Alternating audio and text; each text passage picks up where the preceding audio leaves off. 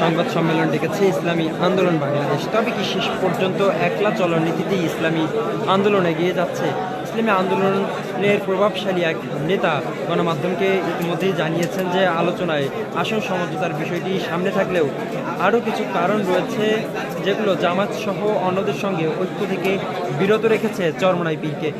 এই মুহূর্তে আপনারা দেখছেন যে সংবাদ সম্মেলনের আর বেশিক্ষণ বাকি নেই। ইসলামী আন্দোলনের ডাকা যেই সংবাদ সম্মেলন রয়েছে সেটি কিন্তু তাদের নির্ধারিত সময় 3টে দেওয়া রয়েছে এবং আর হাতে রয়েছে প্রায় 10 মিনিটেরও কম সময়। ইতিমধ্যেই আমরা দেখছি যে কেন্দ্রীয় নেতৃবৃন্দ যারা রয়েছেন তারা কিন্তু এই সংবাদ সম্মেলন যেখানে করবেন সেখানে এসেছেন এবং অন্যান্য নেতাকর্মীরাও কিন্তু তাদের কেন্দ্রীয় কার্যালয়ে এসে উপস্থিত হয়েছেন। আমি যদি বিষয়ে বলে রাখি যে জামায়াত ইসলামী নেতৃত্বাধীন যে জোট সমতার জন্য 50 আসন খালি রাখলেও ইসলামী আন্দোলন শেষ পর্যন্ত এককভাবে ত্রয়োদশ জাতীয় সংসদ নির্বাচনে অংশ নিতে যাচ্ছে বলে আভাস পাওয়া যাচ্ছে। তবে সে বিষয়টি একেবারে স্পষ্ট হওয়া যাবে আজকের এই ইসলামী আন্দোলনের সংবাদ সম্মেলন থেকে। চরমোনাই পীর মুফতি রেজাউল করিম নেতৃত্বাধীন এই দলটি আজ বিকাল 3:30টায় সংবাদ সম্মেলন ডেকেছে এবং এইখান থেকেই কিন্তু ঘোষণা আসতে পারে দলটির একজন কেন্দ্রীয় নেতা এমনটি জানিয়েছেন। এবং তাদের পক্ষ থেকে এখন পর্যন্ত যেমনটি জানানো হয়েছে যে সারা দেশে 268টি সংসদীয় আসনে তাদের দলীয় মনোনয়ন জমা দেওয়া হয়েছে। শেষ পর্যন্ত 1-2 বাতিল হতে পারে। ইসলামী আন্দোলন এককভাবে নির্বাচন করবে এমনটি কিন্তু এখন পর্যন্ত আভাস পাওয়া যাচ্ছে। এবং এর আগে বৃহস্পতিবার রাতে ইসলামী আন্দোলনের একাধিক নেতা তারা কিন্তু জানিয়েছেন যে জামায়াতের জোটে তাদের যে ফেরার সম্ভাবনা নেতিবাচক, আবার বিএনপির সঙ্গে যাওয়ার সম্ভাবনাও নেই। সেক্ষেত্রে ধর্মভিত্তিক কয়েকটি দলকে সঙ্গে নিয়ে নতুন জোট করার চিন্তাভাবনা ছিল তাদের, তবে সেটাও হচ্ছে না বলেই এখন আভাস মিলছে। তবে সব আভাস কিংবা যে গুঞ্জন সেই সব কিছুর স্পষ্ট বার্তা কিন্তু শেষমেশ গিয়ে মিলবে আজকের এই সংবাদ সম্মেলন থেকে।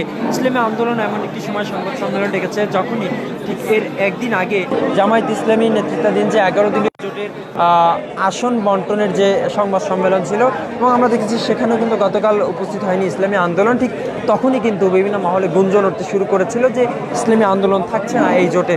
এবং তার ঠিক পরেই কিন্তু আমরা গতকাল রাতে দেখলাম ইসলামী আন্দোলনের পক্ষ থেকে একটি সংবাদ সম্মেলনের যে প্রেস রিলিজ পাঠানো হয়েছে গণমাধ্যমের কাছে এবং ঠিক আজ কিন্তু বেলা এই 3:30 নাগাদ তাদের কেন্দ্রীয় কার্যালয়ে এই সংবাদ সম্মেলনটি অনুষ্ঠিত হবে এবং এই সংবাদ সম্মেলন থেকে স্পষ্টভাবে জানা যাবে যে ইসলামী আন্দোলন তারা একলা চলন নীতিতে আগাচ্ছে নাকি ভিন্ন কোনো পন্থা অবলম্বন করছে সেটি কিন্তু স্পষ্ট হওয়া যাবে। দর্শক, তবে এখন পর্যন্ত যেমনটি মনে হচ্ছে যে শেষ পর্যন্ত একলা চলন নীতিতেই এগিয়ে যাচ্ছে ইসলামী আন্দোলন বাংলাদেশ।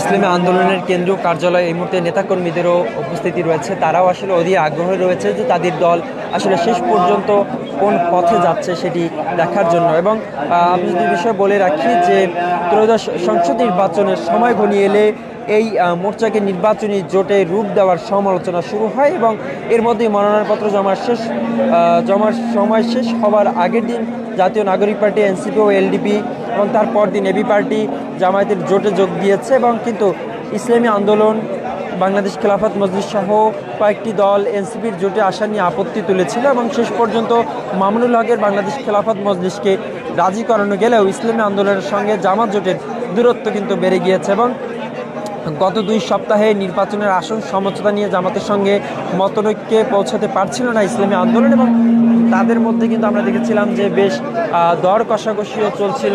তবে সব কিছু মারিয়ে কিন্তু জামাত গতকাল তাদের যেই জোটের আসন সমঝোতা সেটি কিন্তু প্রকাশ করেই দিল এবং সেখানে কিন্তু ইসলামী আন্দোলনের জন্য 50টি আসন খালি রেখেছে। তবে সেগুলোকে পাশে রেখেই হয়তো বা ইসলামী আন্দোলন তারা একলা চলন নীতিতে আগাবে এবং আজকের এই সংবাদ সম্মেলন থেকে তারা স্পষ্ট করবে আসলে তাদের যে আগামী নির্বাচনী রূপরেখা। এই মুহূর্তে রয়েছে ইসলামী আন্দোলন বাংলাদেশের কেন্দ্রীয় কার্যালয় এবং এখানে কিছুক্ষণ পরেই অনুষ্ঠিত হবে তাদের সংবাদ সম্মেলন এবং এখান থেকেই কিন্তু তারা আসলে জানাবেন তাদের স্পষ্ট অবস্থান কি। দেখছেন যে গণমাধ্যম কর্মীদের অপেক্ষা, দলীয় নেতাকর্মীদের অপেক্ষা এবং কেন্দ্রীয় নেতাকর্মীরাও কিন্তু ধীরে ধীরে আসছেন। জামাত জোট থেকে দূরত্ব বাড়িয়ে এবার একলা চলনীতিতেই আগানোর পথে ইসলামী আন্দোলন বাংলাদেশ।